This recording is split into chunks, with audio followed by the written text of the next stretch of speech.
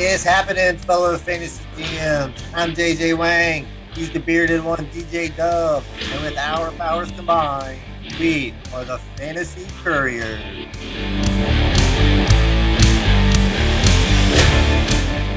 What is up, JJ Wang? How are you doing this morning as we are recording? Doing pretty good. I'm really excited to get into this. We got a lot of work ahead of us next couple of hours. We got a big day. It is our first, my first draft for the year. For redraft. Really excited about that. It's the auction league. So as talking about that and looking at what we're going to do today with our running back rankings being, I feel they are the most important aspect of the fantasy game. Probably my favorite positions. Who I like to draft. You got thoughts on it, or Uh, you know, Running backs are. I told you pre-show. Running backs are, in essence, the quarterback of most fantasy leagues. The value is so high. I I love the receivers. We talked about that a couple weeks ago, talking about wide receiver, running back zero running back draft. In my brain, I like that because running backs just get hurt so much that you really, if you're a running back person, you need to have a good deep bench, or else you're going to be good deep in trouble. So I know this is the show you love. Any last no? comments before we Absolutely. share what we got? No, I'm just excited, but I do got a nice story about the importance of a running back that recently went down in another league of mine. Won't tell it now. I will tell it on the next Fantasy Couriers episode. So if you want to hear, find out what it is, please tune in. Jump right into our rankings here with DJ Dove's rankings. Yeah, so DJ Dove goes by the numbers, and I go by the tiers. So looking at his top six, his first top 16 here, quite the surprise at number one. Got Dalvin Cook ahead of Christian McCaffrey. I don't really mind it a whole lot. Chris McCaffrey is obviously the consensus number one, but it's hard to be the number one running back every year. So Dalvin Cook's got just as good a chance as any of these other guys. Let's hear your thoughts on that. Why did you put Dalvin Cook at number one? Multiple reasons. One, I thought it was just fun to be different. I'll be honest, like to me, Dalvin Cook, Christian McCaffrey, that this is a true splitting hairs. They are both stud receivers, they're both stud running backs. So regardless, you're going to get production out of both of them.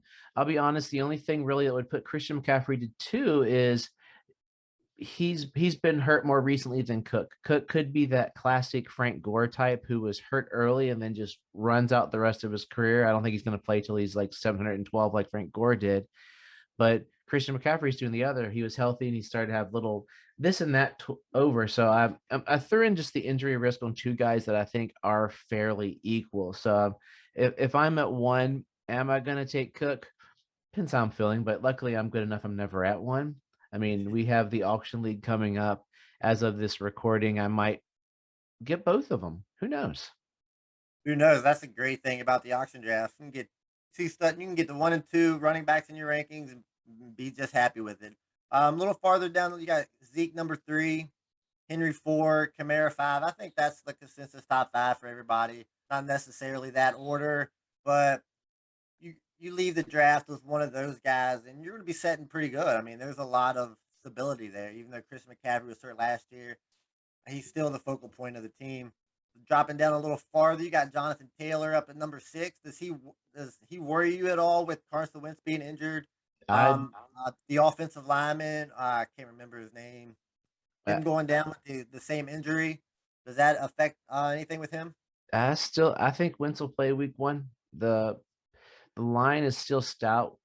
With one man goes down, one comes up. They're pros. Like they're not losing like three or four. Like the teams that really struggle, all their linemen are really bad, and you're gonna lose some. Like it could affect him, but it's too early in the preseason for me to adapt my thoughts on him quite yet. So he could by the end of the preseason move down, but as of now, it's the middle of August. Yeah, it's same thing with all these guys. They can move up, move down a couple spots, but it really doesn't. Their numbers are going to be that top 12 guys, pretty much what you want. Going through the rest of these guys. Got Barkley at 10. The guy I'm looking at here is Antonio Gibson. I'm a huge Antonio Gibson fan. I'm a huge Austin Eckler fan. I got him a little higher, but we'll see that in a little bit. Like the receiving aspect of his game. And then I'm also high on David Montgomery. The workload is king, and I think he's going to get all the work. They say Cohen's coming back, but I'm not really too worried about Cohen. David Montgomery showed everything I really needed, even though it was in the kind of the last 8 games when he kind of exploded. But hopefully, he can maintain that work. Yeah, we are probably the only two people I know that would put David Montgomery at 15 or higher. Most people would argue against that. Some people would going farther back there where Antonio Gibson truthers. He is probably the most movable piece within my puzzle here. As of this recording, they're saying he might not play till week 3, but now he's on the practice field. I don't even like if somebody were to say, what do you think Saquon's going to do this year? I would say from week 6 on, he's going to be a stud. Before week 6, I have no clue. He could be a stud. He could be a dud. He might not even be playing. So I'm not too sure where to put Saquon. Like realistically, as far as talent, Saquon would be up there in the 3, 4, 5, 6 range. But if he doesn't play 3 games, he's falls down. He'll get his once he plays because as you've noted over pretty much every episode, the Giants stink.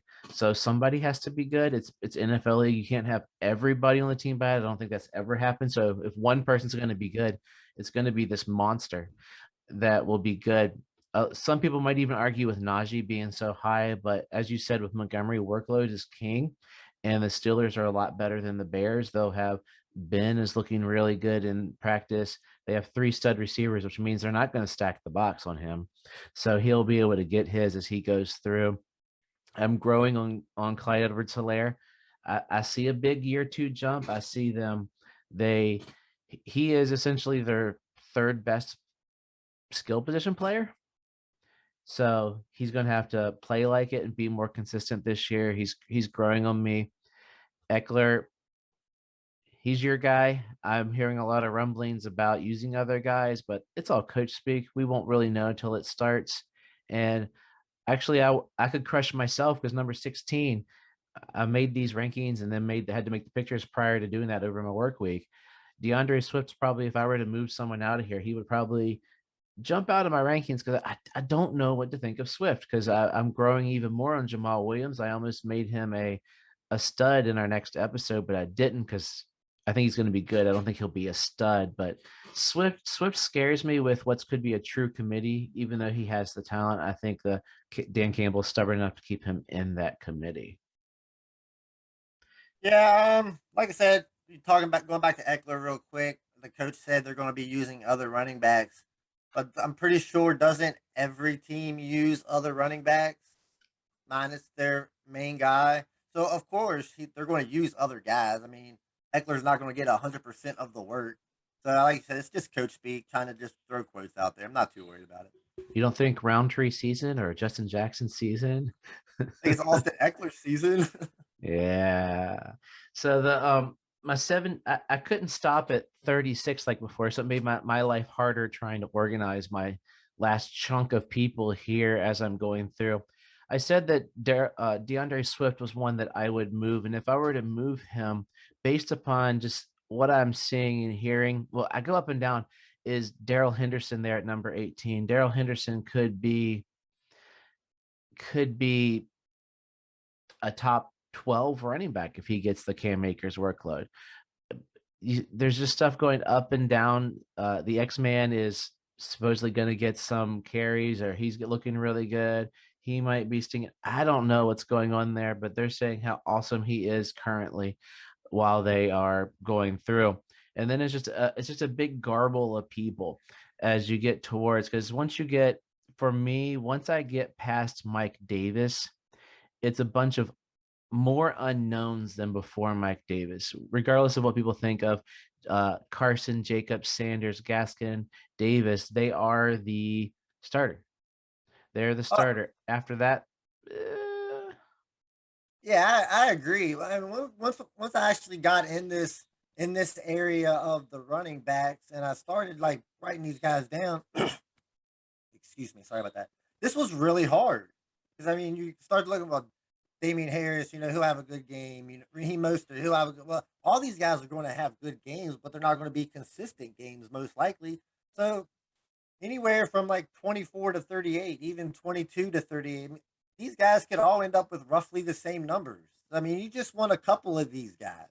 If you could get them just for the upside. Like I said, I'm a Damian Harris guy. Coming Oh yeah. around on Ronald Jones, I think he'll end up as a top 20 back. I honestly think Ronald Jones and Miles Gaskins will actually switch places there. I think Ronald Jones has a nice workload coming this year.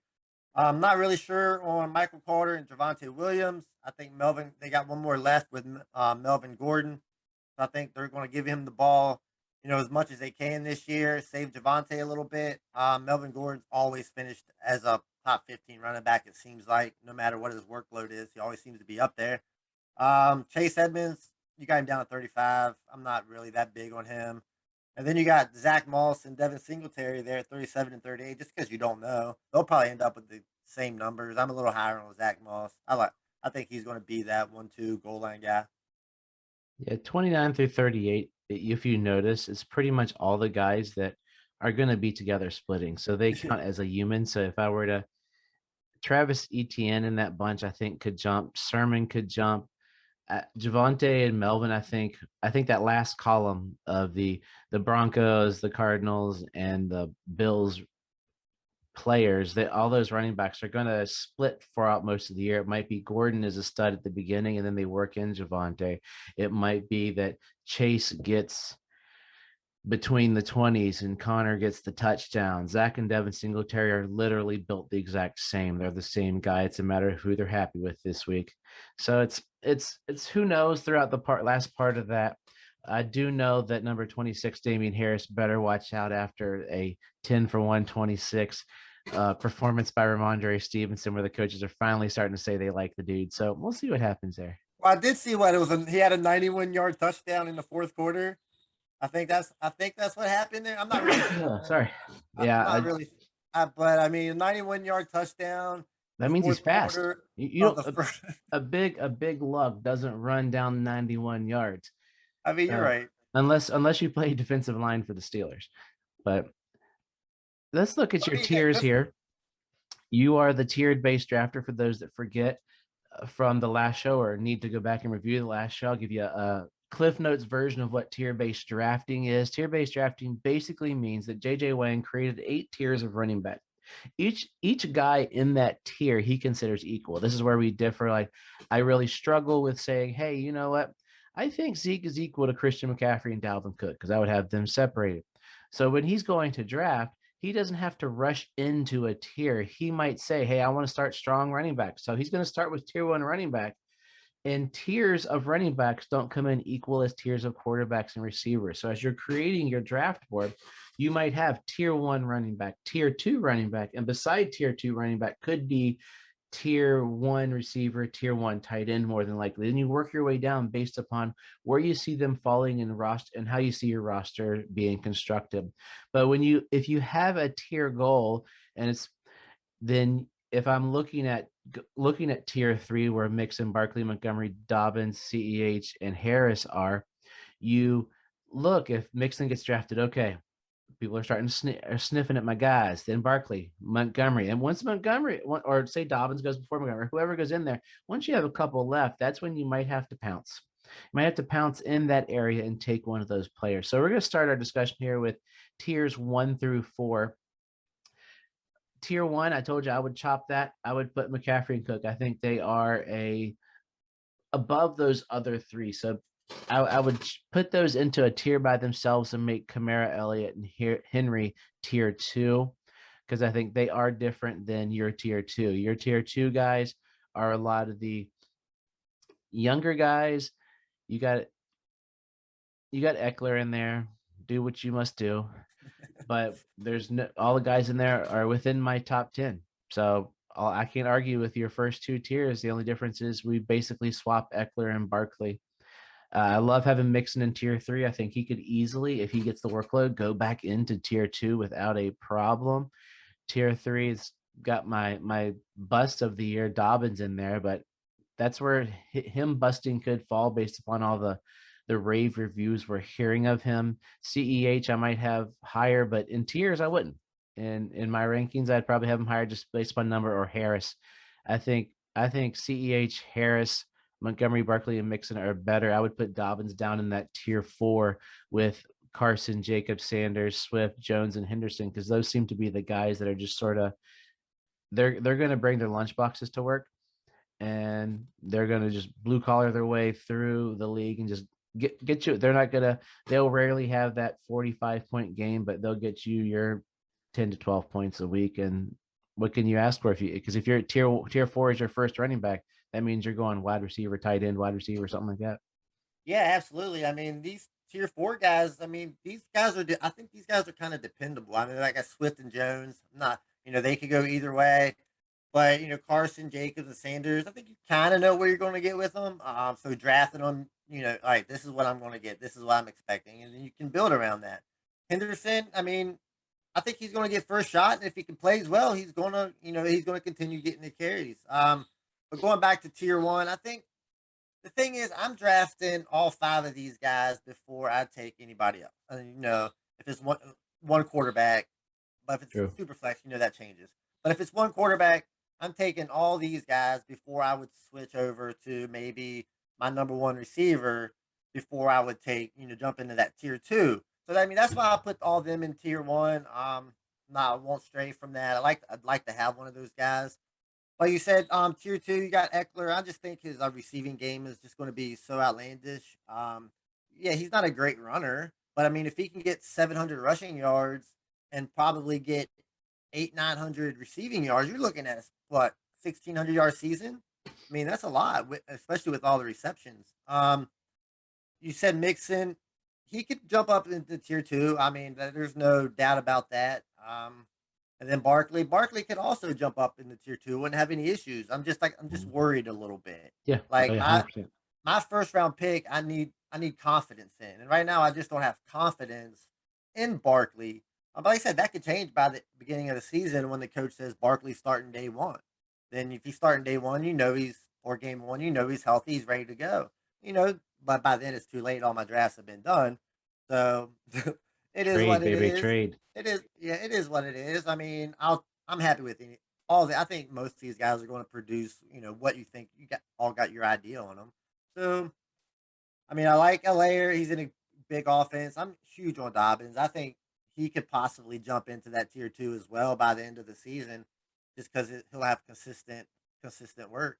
But I mean, that's pretty solid with my 4 tiers here. I think it went really well. The next 4 is where it kind of got hard. Let me hear your opinion on these, and then I'll jump in again. So the irony, I was thinking about this and looking at, because I'm the computer guy, and I made these little Instagram posts thinking about how your quarterbacks look different than your running backs. And your quarterback tier, the top 4 were like 3 or 4, and your running back tiers, the top 4 are like giant piles of humans. Now, when you get to the back end, the quarterback back end is a dumpster fire. The running back end is a dumpster fire. So now you're we're throwing out guys that could be good. They could be the scat back for the team. They could be young. They could be in a mess of a situation like we talked about with my rankings. So you look at tier 5. It's the guys we don't know about. My guy in there that I love, Mike Davis. I'll be talking about him at one point coming up in the near future. I think he's, of that 5, the guy I'd want the most. Melvin Gordon and Chase Edmunds, I think, are way too high. I would probably move them down to tier 6 or 7. And then it's tiers 5 through 8. Really, I see it's guys you like. Naheem Hines, I don't even know if I put him in my top 38. I don't think I did, I don't think so. I don't because remember I seeing you think then. it's going to be the Taylor show. I've had that scat back who was really great one year, and the next year he just poo-pooed. Neither of us put McKissick in here. McKissick and Naheem Hines to me are the same person. It's just a matter of what their quarterbacks, and they both have new quarterbacks. What are their quarterbacks going to dump off to them? I have no problem with Trey Sermon being above Mostert. I hope not for one of my team's sake, but my hope doesn't change reality where Sermon is looking really good. ETN is a stud, and Etienne and Robinson, I think that's going to be a heck of a committee. So we'll see how that pans out. Michael Carter could be the guy in those four that moves the most because of everything I'm hearing in Jets camp. He is looking very, very good. Yeah, I mean, I like Michael Carter. I mean, I think he could definitely jump up. Not an issue. I'd like to see a little bit first. I'm not really sure. I mean, it is still the Jets. We all still got that taste in our mouth from the last I don't know, long time that the Jets are just bad. So, I mean, I of course I'm a James Robinson guy. I do think he's going to get his work in, but I don't know. It's just I've been hearing a lot of stuff about ATN, and they just seem to think he's going to be that guy. So we'll see how that goes. I'm just a little bit scared there. And Hines, I think Hines is just that boom bust guy where he's going to have enough big games throughout the season that'll jump him up, to a little bit of a higher number. But you're not going to know when to start him. It's like a dart throw. I mean, hey, running back goes down. Let's just throw Hines in here. Maybe something happens. I love Trey Sermon. I love the 49ers offense. I feel like they got everything you need to make a run at this. Run at the Super Bowl this year. Good running back play. I think they got good quarterback play, tight ends, wide receivers. Plus, they got Kyle Shanahan. I think one of the best offensive minds in the game. It's going to be a great offense. Defense is going to be good. And that tier five, you said Chase Edmunds and Melvin Gordon. I can agree Chase Edmunds, but I think he's more of that receiving back, and receptions are worth more. I mean, if he can get 60 receptions in that offense, I mean, that's going to boost his value way up there. Triple Um, points, half point PPR. but of course, I'm a big Harris fan. I think he can do a lot. But like I said, it's a dumpster fire. Any of these guys can go off any given game. Or who knows? Both them right. So there you go. You have it. Those are our running back rankings. Feel free to comment on them. They'll be posted on Instagram, Twitter, and Facebook. That's our run. Next up, we have actually the tight end show because it's going to be a lot shorter. Because if you know anything about tight ends, there's not a lot to talk about. So JJ Wang, take us out of here. Yeah, that was a fun show. Like I said, doing the running backs was kind of hard, a little harder than I thought. But I trusted in myself and I trusted the process.